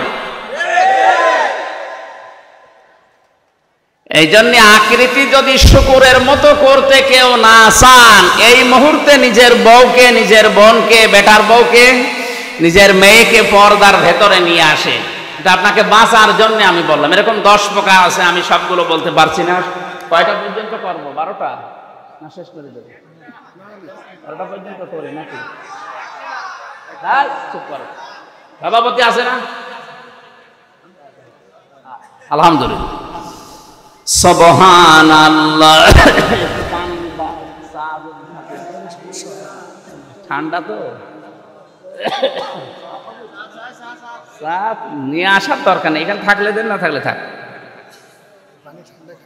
হ্যাঁ ঠিক আছে। সুবহানাল্লাহ আলহামদুলিল্লাহ লা ইলাহা ইল্লাল্লাহ, সুবহানাল্লাহ আলহামদুলিল্লাহ লা ইলাহা ইল্লাল্লাহ। এগুলো দেখেছি। জিকির করতে বললাম, আপনারা যে কায়দা জিকির করছেন, এখানে পুরুষ মানুষ আছে তো? দেখেন তো আগে, দেখেন কি হলো, দেখেন না কেন? পুরুষ নেই, জিকির করেন সুবহানাল্লাহ।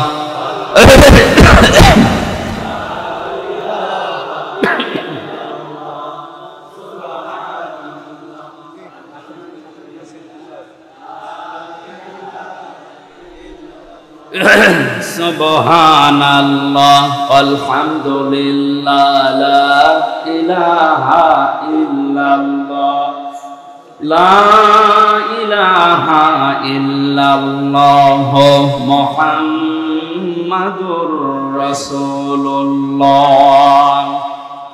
আমার ভাইরা একটু খেয়াল করে শোনেন, মাউতা শব্দ দেওয়ার পরে আমার আল্লাহ প্রথম নাম্বারে দিয়েছেন এই জন্যে যাই করেন মরা তো লাগবে, আর মরণের যন্ত্রণা এত তীব্র, এত কঠিন। ওয়াজাতে সাকরাতুল মাউতি বিল হক যালিকা মা কুনতা মিনহু তাহিদ। আল্লাহ রাব্বুল আলামিন বলেন, পৃথিবীর সব কিছু তোমার দৃষ্টিতে মিথ্যা হতে পারে, কিন্তু মরণের যন্ত্রণা হক, এটা সত্য। আমরা জানি হযরত ইদ্রিস নবী আলাইহিস সালামের জীবনী পড়েছি, আমি তাফসীরের ভেতরে দেখেছি হযরত ইদ্রিস নবী আলাইহিস সালাম তিনি শখ করে একবার মৃত্যুবরণ করতে চেয়েছিলেন। ডাক দিয়ে বলে রব্বুল আলামিন, আজরাইল ফেরেশতা আমার কাছে এসে, তার সাথে আমার বন্ধুত্ব আছে, কথাবার্তা হয় আমার সাথে, আমি মরতে চাই, তার মানে মরণের যন্ত্রণা কেমন এটা আমি একটু দেখতে চাই। তুমি আজরাইলের সাথে আমার বন্ধুত্ব আরো গাঢ় করে দাও। আল্লাহ রাব্বুল আলামিন কোন বিষয়ে যদি সিদ্ধান্ত নেন, বলেন কোন ফায়াকুন, সঙ্গে সঙ্গে হয়ে যায়। ফেরেশতা আজরাইলের সাথে তার বন্ধুত্ব হয়ে গেল। হাদিসটা যদিও জয়ীফ, দুর্বল, আমি শুধু শিক্ষার জন্য বলছি। ডাক দিয়ে বলে, ফেরেশতা আল্লাহ আপনার সাথে আমার বন্ধুত্ব তৈরি করে দিয়েছে, আমিও বন্ধুত্ব করেছি, কিন্তু এটা টিকিয়ে রাখতে হলে কয়েকটা কথা আপনার শোনা লাগবে বন্ধু হিসাবে। 1 নম্বরে আমি মৃত্যুবরণ করে দেখতে চাই যে মরণের যন্ত্রণা কেমন। ফেরেশতা বলে, রব্বুল আলামিন কার কাছে পাঠিয়েছো বন্ধুত্ব করার জন্য? এটা পুরা ভেজাল, মরে দেখতে চাই কেমন লাগে। আল্লাহ পাক অর্ডার দিলেন, তিনি বললেন, হ্যাঁ আমাকে মারবেন, কিন্তু মরণের পরে আবার আমার রূহ ফিরিয়ে দেবেন, আমাকে আবার জীবন দিয়ে দেবেন। তাফসিরে এসেছে তিনি যে শক করে মৃত্যুবরণ করেছিলেন, কেমন যন্ত্রণা পেয়েছিলেন জানেন? একটা জিন্দা ছাগলকে চামড়া ছিলে লবণ লাগিয়ে দিলে যেমন কষ্ট হয় ওইরকম কষ্ট পেয়েছিলেন। পৃথিবীর সর্বশ্রেষ্ঠ মানুষ যিনি, আল্লাহর পরে যার স্থান, আমাদের নবী মুহাম্মদুর রাসূলুল্লাহ সাল্লাল্লাহু আলাইহি ওয়াসাল্লাম, তিনি ওই মরণের যন্ত্রণা থেকে রেহাই পাননি। বারবার তার শরীর শুকিয়ে যাচ্ছিল, ঘেমে যাচ্ছিল, ঘামগুলো মুছিয়ে দেয় হযরতে ফাতেমা, হযরতে আয়েশা, আবার ঘেমে যান। মরণের যন্ত্রণা যখন শুরু হয়ে গেছে, হযরতে আজরাইল তার দরজায় এসে কড়া নাড়া দিয়েছে। ফাতিমাতুজ জাহরা দরজায় যাবার পরে দেখলেন বিশাল আকৃতির একজন দাঁড়িয়ে আছে। ভয়ে দৌড় দিয়ে বাবার কাছে আসলেন, ডাক দিয়ে বলে, বাবা এমন একটা মানুষকে দেখলাম জীবনে এর আগে আমি দেখি নাই। এর মাথা আকাশের দিকে, পা জমিনের সাথে, এত উঁচা এত লম্বা। নবীজি চোখের পানি গড়িয়ে পড়লো, ডাক দিয়ে বলে, মা ফাতেমা, এটা দুনিয়ার কেউ না, এটা তোমাকে এসেছে এতিম বানাতে, এটা ফেরেশতা আজরাইল, আসতে দাও। সালাম দেওয়ার পরে ভেতরে প্রবেশ করলেন, ডাক দিয়ে বলে, ইয়া রাসূলুল্লাহ, আল্লাহ পাক আমাকে পাঠিয়েছেন দুইটা খবর পাঠানোর জন্য। আপনি যদি যেতে চান আমি নিয়ে যাব, যদি না যেতে চান আপনি থাকতে পারবেন। নবীজি বললেন, আজরাইল আমি যদি থাকতে চাই কতদিন থাকতে পারবো? ফেরেশতা বলে, হ্যাঁ আপনি যতদিন ইচ্ছা ততদিন থাকতে পারবেন। তারপরে কি? মরা লাগবে। তারপরে কি? কারণ হচ্ছে আল্লাযী খলাকাল মাউতা, আল্লাহ সর্বপ্রথম বানিয়েছেন মউত। আপনি আল্লাহর প্রিয়, আল্লাহর বন্ধু, আল্লাহর দোস্ত, আল্লাহর হাবিব, সব ঠিক আছে। আপনি যতদিন থাকতে ইচ্ছা করেন ততদিন থাকতেও পারবেন, কিন্তু ফাইনাল কথা মরা লাগবে। নবীজি বললেন, আজরাইল মরায় যদি লাগে তাহলে নশ্বর দুনিয়ায় থেকে আমার আর লাভ নেই। মহান আল্লাহ যদি আমার অপেক্ষায় অপেক্ষমান থাকে তাহলে আমাকে নিয়ে চলো।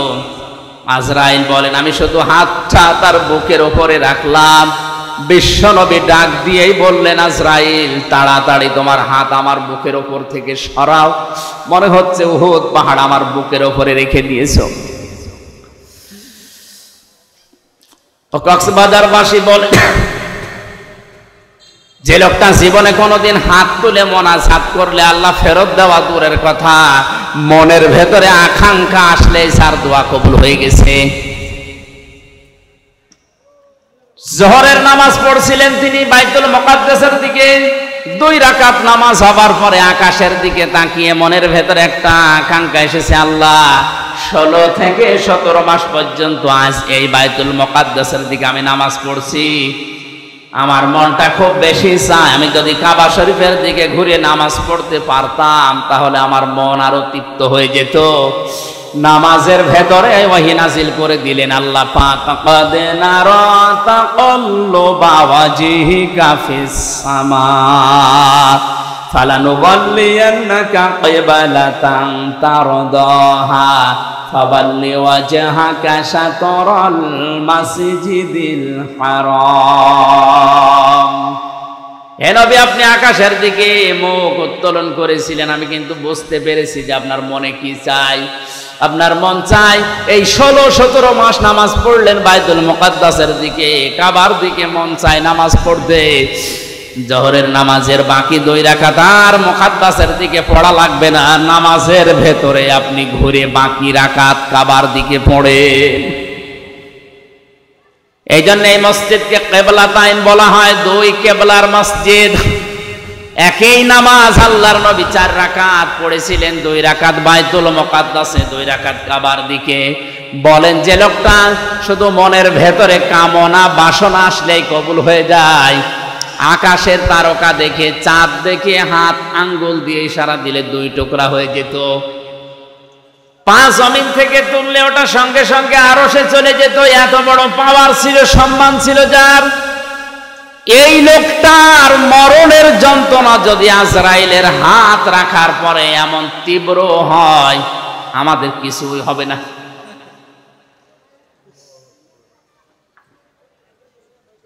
হযরত ঈসা আলাইহিস সালামের ঘটনা আমি তাফসিরে বাইজাবের ভেতরে পড়েছি। হযরত ঈসা নবীর জামানার সমসাময়িক মানুষেরা খুব ভালো করে খেয়াল করেন, মরণ মাউতা শব্দ আল্লাহ দিলেন প্রথমে কেন, আর মরণের যন্ত্রণাটা কেমন, কতদিন থাকে এটা। হযরত ঈসা নবীর উম্মতেরা ডাক দিয়ে বলেন, আল্লাহর নবী আপনি বিভিন্ন মুজিজা দেখিয়েছেন, আজকে একটা নতুন মুজিজা আপনাকে দেখানো লাগবে। এটা একটা পুরাতন কবরস্থান, এখান থেকে যদি আপনি একটা লাশ উত্তোলন করে জীবিত করে তার মুখ থেকে সাক্ষী নিতে পারেন যে লা ইলাহা ইল্লাল্লাহ ঈসা রুহুল্লাহ, তাহলে আপনার উপর আমরা সবাই ঈমান আনবো। নবীরা বিপদে পড়লে সঙ্গে সঙ্গে সেজদায় পড়ে যেতেন। হযরত ঈসা সেজদায় পড়ে ডাক দিয়ে বলে, রব্বুল আলামিন, এরা আমাকে একটা চ্যালেঞ্জ ছুড়ে দিয়েছে, এই চ্যালেঞ্জের মোকাবেলা করা আমার দ্বারা সম্ভব না, যদিও আমি নবী। তোমার সাহায্য লাগবে এখন, মেহেরবানি করে এদের হেদায়েত দেওয়ার উসিলায় হলেও তুমি আমাকে সাহায্য করো, পাঠাও। আল্লাহ রাব্বুল আলামিন তাকে ওহী দিলেন, কবরের দিকে আঙ্গুল দিয়ে তিনি বললেন, কুম বিইজনিল্লাহ, হে কবরবাসী, আল্লাহর হুকুমে তুমি জিন্দা হয়ে যাও। সঙ্গে সঙ্গে কবর থেকে একটা মরা মানুষ জিন্দা হয়ে হযরত ঈসা নবীকে সালাম দিয়েছে। সালাম দেওয়ার সঙ্গে সঙ্গে বললেন, হে আল্লাহর নবী ঈসা রুহুল্লাহ, এ সালাম শুধু আমি আমার পক্ষ থেকে না, আমার বাবার পক্ষ থেকে সালাম আপনি গ্রহণ করেন। হযরত ঈসা আশ্চর্য হয়ে বললেন, আল্লাহর বান্দা, কে তুমি, তোমার পরিচয় কি, আর তোমার বাবাই বাপকে? কবরবাসী ডাক দিয়ে বলেছেন, আল্লাহর নবী ঈসা, আমি আজকের সন্তান না, আজকে থেকে 4500 বছর আগে আমি দুনিয়া থেকে বিদায় নিয়েছি। আমার বাবার নাম হযরতে নূহ আলাইহিস সালাম, আর আমার নাম শাম। আমার বাবা ইন্তেকালের আগে আমাকে জানিয়েছিল যে মরণের পরে তোমাকে 1000 বছর পরে আবার একবার জিন্দা হওয়া লাগবে জামানার নবী হযরতে ঈসার মুজিজার কারণে। এটা আল্লাহ আমাকে জানিয়েছে, এটা তোমাকে আমি ওসিয়ত করলাম। তুমি যেহেতু আবার জিন্দা হবে, এক নবী আর এক নবীর ভাই, এজন্য আমি নূহুর ভাই হযরত ঈসা, আমার ভাই ঈসা যখন তোমাকে জিন্দা করবে ওই সময় তুমি তাকে আমার সালামটা পৌঁছিয়ে দিও। হযরত ঈসা রুহুল্লাহ আশ্চর্য হয়ে বললেন, শাম, তুমি 4500 বছর কবরে আছো, কিছু আশ্চর্য কথা আমার একটু শোনাও। শাম বলে, ঈসা রুহুল্লাহ, হে আমার চাচা যান, কারণ এক নবী আর এক নবীর ভাই, এই হিসাবে আপনি আমার বাবার ভাই, আপনি আমার চাচা। আপনাকে আমি দুটা সত্য কথা আমার জীবন থেকে শোনাচ্ছি। তাফসিরে বাইজাবি মুফাসসির লিখেছেন, 1 নম্বরে তিনি বলেছিলেন, আল্লাহর নবী ঈসা আমার চাচা। মরণের সময় হযরতে আজরাইল যখন আমাকে তাড়া করছিল, আমার রূহটাকে যখন চাপতে চাপতে শেষ পর্যন্ত আঙ্গুলের মাথা দিয়ে বের করছিল, আমি এমন কষ্ট পেয়েছিলাম ওই সময়, যে যন্ত্রণা আমি অনুভব করেছিলাম, যে তীব্র যন্ত্রণা। 4500 বছর এই কবরে পড়ে আছি, এখন ওই যন্ত্রণা আমার শরীর থেকে যায়নি, এখনো ব্যথা করে।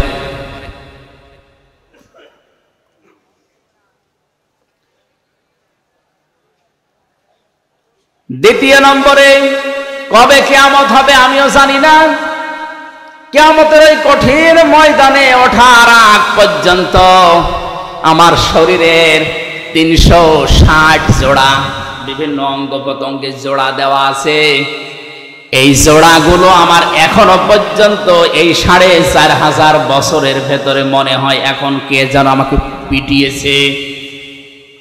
মুফাসসির লিখেছেন শেষের দিকে হযরতে শাম তিনি একজন নবী ছিলেন, যদি নবী নাও থাকেন তিনি একজন নবীর সন্তান। বাংলার মুসলমানেরা বলেন বিবেক দিয়ে একজন মুসলমান নবীর সন্তান, তিনি একজন নবী, এরকম কথাও আছে। তার মরণের যন্ত্রণা যদি এরকম তীব্র হয় 4500 বছরও তিনি ভুলতে না পারেন। আমরা যারা সাধারণ মুসল্লি, সাধারণ মুসলমান যারা, তাদের মরণের সময় কি হবে এটা আল্লাহ ছাড়া আর কেউ জানে না। এই জন্য এই মরণের যন্ত্রণা থেকে কেউ যদি রেহাই পেতে চায়, নবীজি ওই সময় আজরাইলকে বলেছিলেন, ভাই মরণের যে যন্ত্রণা সব আমার বুকের উপরে তুমি এখনই শুরু করে দাও, কিন্তু আমার এতিম উম্মতদেরকে তুমি কিছু বলবা না। আজরাইল বলেছিলেন, না এটা কথা দিতে পারলাম না, কিন্তু একটা কথা আপনাকে আমি দিতে পারি। কোরআনে কারিমের 6666টা আয়াতের ভেতরে সূরা বাকারার 255 নম্বর আয়াত যদি আপনার উম্মতেরা ফরজ নামাজ শেষ করার পরেই পড়ে, আর আয়াতের ভেতরে আল্লাহর 10টা ক্ষমতার কথা আছে। কয়টা বলেন বলেন? এই 10টা ক্ষমতা যদি ওর প্র্যাকটিক্যাল লাইফেও মেনে চলে, আমি আজরাইল কথা দিলাম মরণের সময় ওর কোনো শাস্তি যন্ত্রণা হবে না। মানুষ মায়ের বুকে দুধ খেতে খেতে যেভাবে ঘুমিয়ে যায় বাচ্চারা, ঠিক আমি ওইভাবে ওর জীবন কবজ করব। যে সান্তনা থেকে নবীজি পর্যন্ত রেহাই পেলেন না, হযরতে শাম রেহাই পাননি, কেউ এই যন্ত্রণা থেকে বাদ যায়নি। সেখানে যে ফেরেশতা আজরাইল কবজ করবে জান, সেই যদি বলে যে আমি মাফ করে দেব, শাস্তি দেব না, এই আমলটা করলে শুধুমাত্র ফরজ নামাজের পরে আয়াতুল কুরসিতে 10টা ক্ষমতার কথা আল্লাহর আছে, এটা বিশ্বাস করে মনে প্রাণে প্র্যাকটিক্যাল লাইফে দেখাবেন, আর প্রতি 5 ওয়াক্ত নামাজের পরে একবার করে পড়বেন। আমার মনে হয় মরণের যন্ত্রণা থেকে বাঁচার জন্য এই আয়াতটা আমল করার দরকার আমাদের আছে না নেই? আল হায়াত দিয়েছেন আল্লাহ। হায়াত 5 প্রকার। কয় প্রকার? 1 নাম্বার হায়াত হচ্ছে আলমে আরওয়াহ, রূহের হায়াত বা রূহের জগৎ।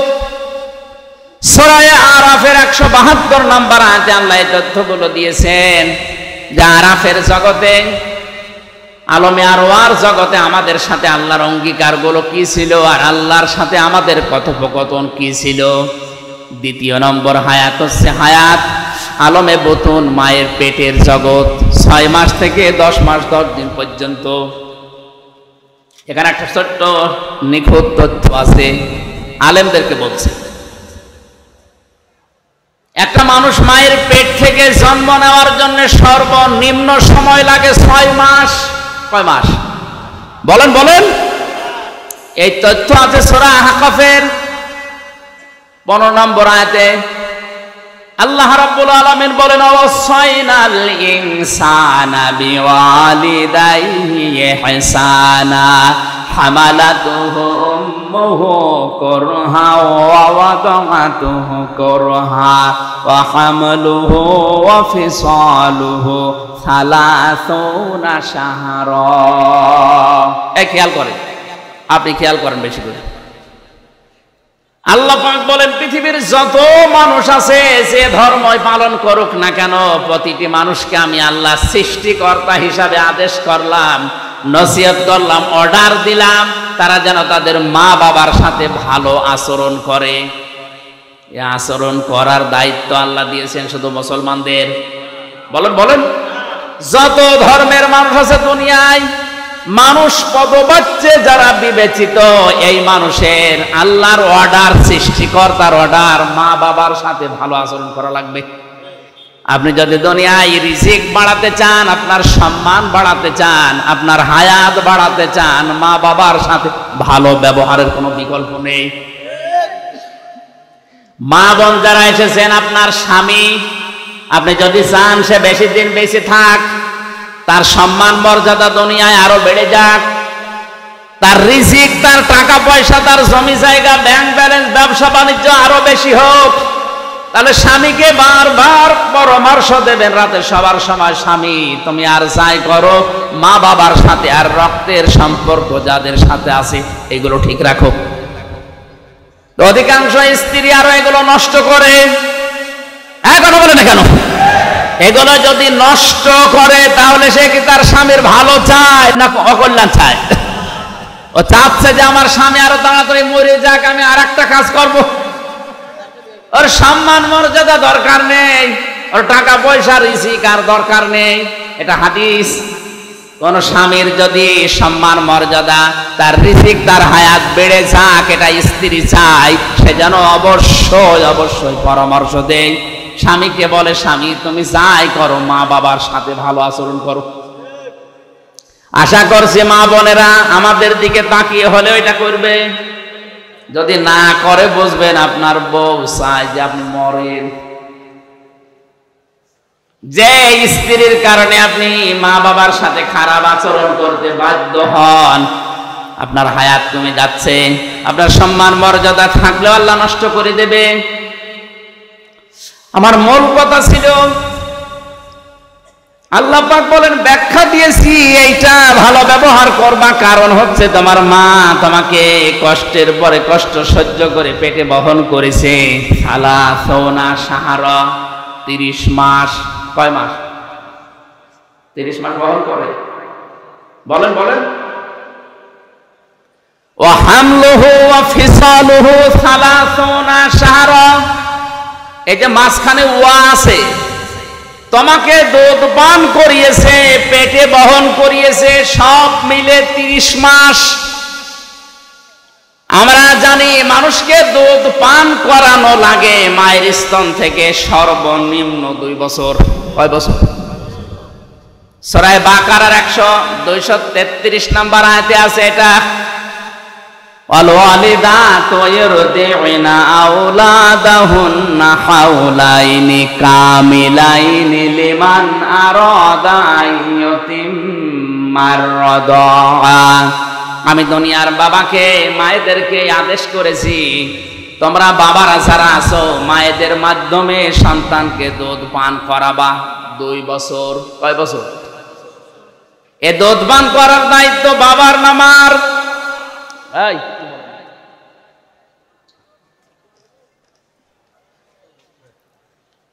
ইরদি'না আওলাদাহুন্না হাওলাইনি কামিলাইনি ইউতিম্মার রাদা। শব্দটা মুজারে, মুআন্নাস না, এটা হচ্ছে মুযাক্কার শব্দ, পুরুষের জন্য আল্লাহ ব্যবহার করেছেন। এই আয়াত দ্বারা বোঝা যায় দুধ পান করার দায়িত্ব বাবার। বাবা টাকা পয়সা খরচ করে হলেও মাকে দিয়ে এই দায়িত্ব পালন করাবে। মা যদি দুধ পান না করায় মায়ের গুনাহ হবে না। বাবা যদি টাকা পয়সা দিয়ে খরচ করে হলেও সন্তানকে বাঁচিয়ে রাখার জন্য মাকে দিয়ে দুধ পান করায়, এটা বাবার দায়িত্ব। মা দায়িত্বটা পালন করে দেয় টাকা পয়সা না নিয়ে, এটা আমাদের উপরে ইহসান।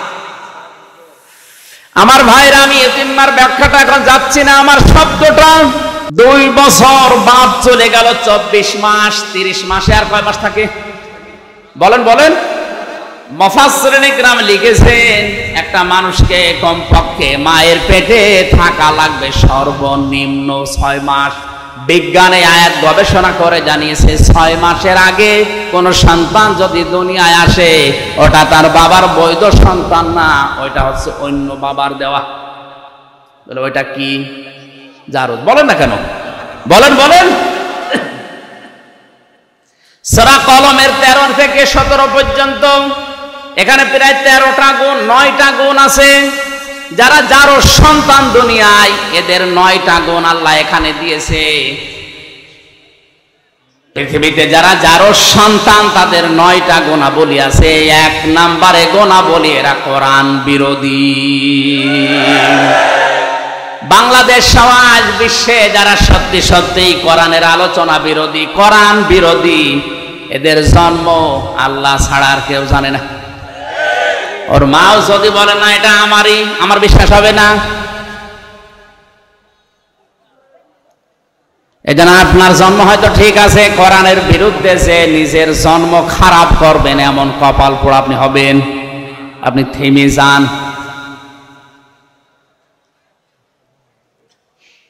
মায়ের পেটের ভেতরে এই জন্য 6 মাস থাকাই লাগবে। এক একটা শব্দে লক্ষ লক্ষ কথা আছে, আমি খুব তাড়াতাড়ি সংক্ষেপ করছি। 3 নম্বরে আলমে দুনিয়া, এই যে জগতে আমরা আছি, 60, 70, 80 বছরের হায়াত।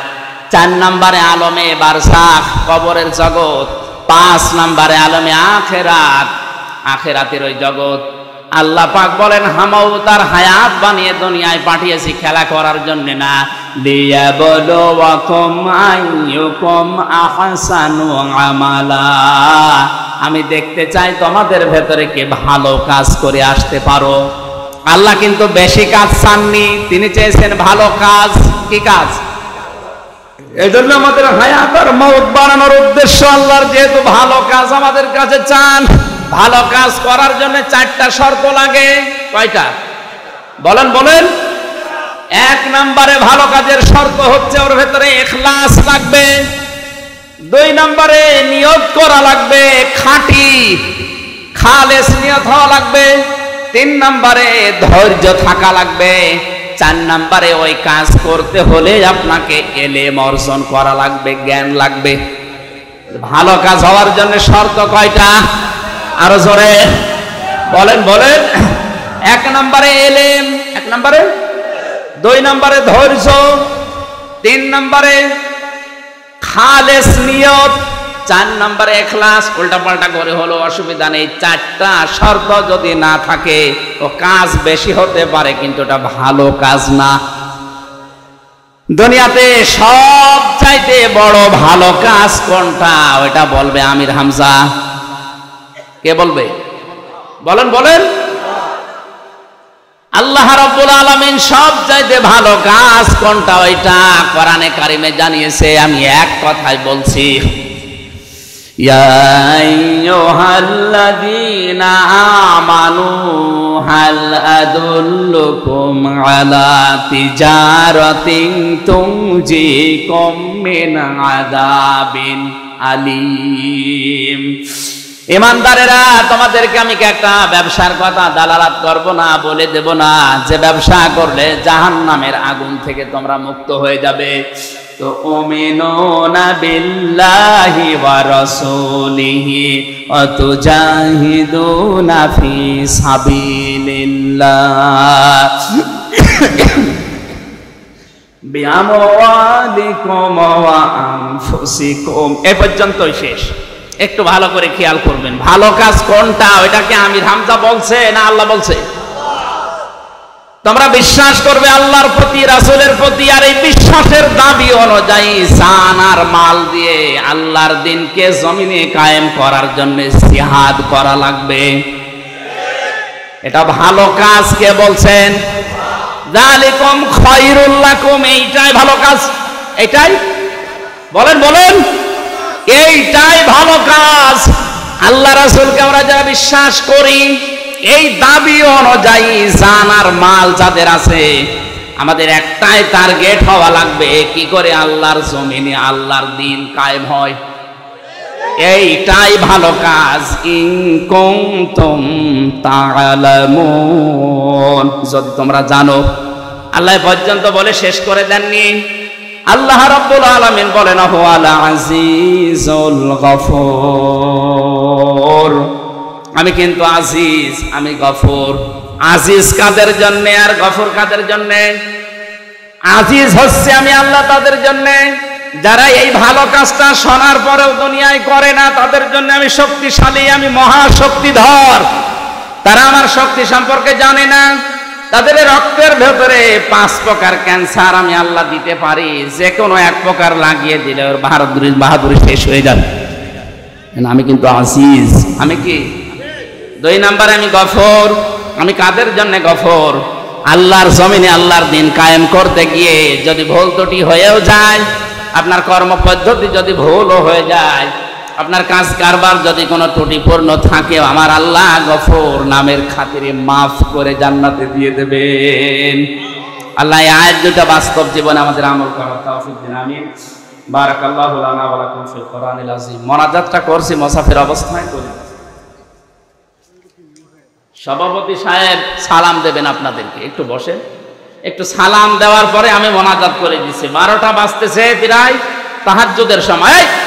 ক্যামেরা একটু বসেন, বসেন এখানে বলেন, তাড়াতাড়ি বলেন, ঠান্ডা। সম্মানিত উপস্থিতি, আমাদের মাহফিল সমাপ্ত পর্বে এখন সংক্ষিপ্ত বক্তব্য রাখবেন আইইউবি মিডিয়া।